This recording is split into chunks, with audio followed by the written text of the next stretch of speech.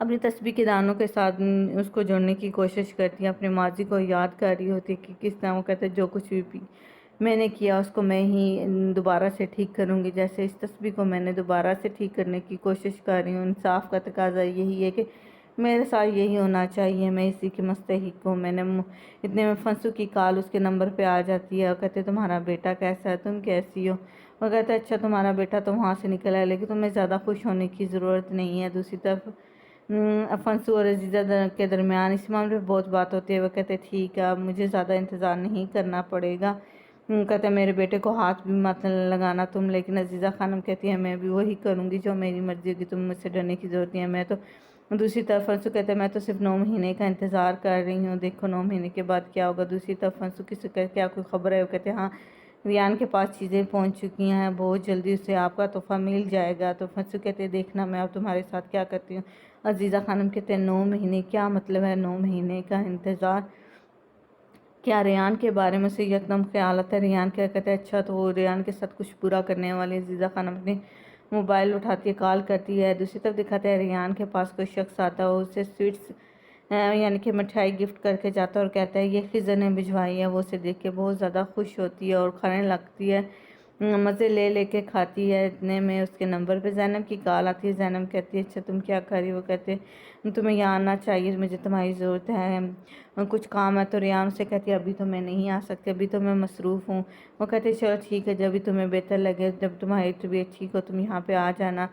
ریان لیکن دوسری طرف عزیزہ خانم کو دکھایا جاتا ہے وہ بہت پریشان اور پاگلوں کی طرح بھاگ رہی ہوتی ہے، ٹیکسی لیتی ہے، بار بار ریان کو کال کرتی ہے لیکن ریان اس کی کال کو پک نہیں کرتی۔ دوسری طرف ہمیں اسما اور فرات کے بارے میں دکھایا جاتا ہے۔ فرات بھاگنے لگتا ہے، پھر اسما اس کو بتاتی ہے میں نے نہاد ارسلان بے کو قتل کیا تھا، اس نے میرا ریپ کیا تھا، اس وجہ سے میں نے اسے چھت کے اوپر سے نیچے دھکا دے دیا۔ اسما پھوٹ پھوٹ کے رونے لگ پڑتی ہے۔ میران گنو سبھی کی حالت بہت بری ہوتی ہے۔ پھر ماضی میں لے کے جاتے ہیں کہ ڈاکٹر اسما کو کہتے ہیں کہ اس کے گھر بچہ ہونے والا ہے تو وہ رونے لگ پڑتی ہے۔ دوسری طرف عزیزہ خانم کہتی ہے اس یہ بچہ زندہ رہے گا، تم اس کے ساتھ کچھ بھی نہیں کرو گے۔ وہ کہتے ہیں ایسا نہیں ہو سکتا، پہلے ہی 4 مہینے ہو چکے ہیں، اب میں اس کا انتظار نہیں کروں، میں خود کو قتل کر لوں گی۔ لیکن عزیزہ خانم اسے ایسا نہیں کرنے دیتی، کہتے ہیں میں تمہاری حفاظت کروں گی۔ وہ کہتے ہیں بالکل، عزیزہ نے مجھے کہا تھا کہ وہ مجھے دوبارہ گھر حویلی لے کے آئے، انہوں نے تمہارا خیال بالکل گنور اور میران کی طرح رکھا، سب کچھ تمہارے نام کر دیا اور میری حفاظت کی،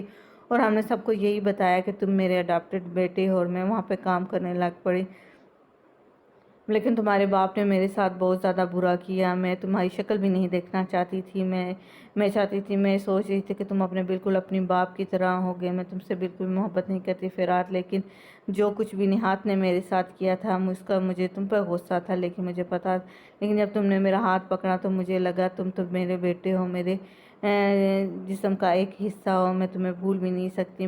فرات یہ ساری باتیں سن کے غصے سے وہاں سے چلا جاتا ہے۔ میران اس کو آوازیں دیتے ہیں، اسما گونن کے گلے لگ کے پھوٹ پھوٹ کے رونے لگ پڑتی ہے۔ میران واپس آتا ہے کہ اتنے میں فنسو کی کال اس کے نمبر پہ آتی ہے، وہ کہتی ہے میں تم سے ملنا چاہتی ہوں۔ وہ کہتے ہیں تم مجھ سے کیوں ملنا چاہتی ہو، یہیں پر بتا دو۔ کہتے ہیں نہیں، ماضی کی بہت سی باتیں ہیں، میں ہوٹل میں تمہارا انتظار کروں، ایسا تو نہیں ہو سکتا جی۔ دوسری طرف ہمیں دکھایا جاتا ہے کہ ریان جو سی ہوتی ہے کھیتوں میں سے مختلف چیزیں اٹھا رہی ہوتی ہے، کبھی یہاں سے کچھ اٹھا رہی ہوتی ہے، کبھی وہاں سے کچھ اٹھا رہی ہوتی ہے، اور ساتھ ساتھ وہ فنسو کی بھیجی ہوئی سویٹس کھا رہی ہوتی ہے۔ اتنے میں محفوظ کو دکھایا جاتا ہے، وہ جیل میں ہوتا ہے اور کال کرتا ہے جی آسیہ کو کال کرتا ہے، وہ کہتے ہیں کیا ہونے والا ہے، فنسو آگے کیا کرنے والی ہے؟ وہ کہتا ہے مجھے یقین ہے تمہاری بیٹی کے ساتھ کچھ برا کرنے والی ہے۔ وہ کہتے ہیں میں بہت ہی جلد یہاں سے باہر نکل آؤں گا۔ پھر اسے کہتی ہے کہ تم میری بیٹی کا خیال رکھنا۔ دوسرے پھر یاریم آ جاتی ہے آوازیں دیتے ہوئے، وہ آسیہ کی اور محفوظ کی باتیں بیچ میں رہ جاتی ہیں۔ اتنے میں دکھایا جاتا ہے فنسو انتظار کر رہی ہوتی ہے، دوسری طرف عزیزہ خانم بھاگتی بھاگتی ریان کے گھر کی طرف جاتی ہے، ہر طرف دیکھتی ہے لیکن اسے ریان کہیں سے نہیں ملتی۔ دوسری طرف میران اور فنسو کے درمیان باتیں ہو رہی ہیں، وہ میران کو ویلکم کرتے کہتے ہیں میں تمہیں کسی سے ملوانا چاہتی ہوں، بہت جلد وہ یہیں پہ ہوگا۔ میران کہتا ہے لفظوں سے کھیلنا بند کرو، تو مجھے بتاؤ کیا؟ وہ کہتا ہے کسی شخص سے ملوانا چاہتی۔ دوسری طرف ریان اور عزیزہ خانم کو ریان کی آہستہ آہستہ طبیعت خراب ہو رہی تھی، اسے لگتا ہے کہ میرے ساتھ کچھ برا ہونے والا. کہتے نہیں ڈاکٹر نے کہا تھا ایسے ہی ہوتا رہے گا. پھر عزیزہ خانم سے کہتے کیا تم ٹھیک ہو؟ تو ریان غصے سے کہتے ہم سے دور ہے، تمہیں بالکل بھی اچھا بننے کی بالکل بھی ضرورت نہیں ہے. عزیزہ خانم کہتے شکر ہے تم ٹھیک ہو. عزیزہ خانم جیسے ہی واپس مڑنے لگتی ہیں ریان بے ہوش ہو کے نیچے گر جاتی ہیں. یہ تھی آج کی ایپیسوڈ. امید کرتی ہوں آپ کو آج کی ایپیسوڈ اچھی لگی. اگر اچھی لگی ویڈیو کو لائک کیجیے گا، چینل کو سبسکرائب ضرور کر لیجیے. اپنی محبت کا ثبوت ضرور دیجیے. Thanks for watching. Bye bye.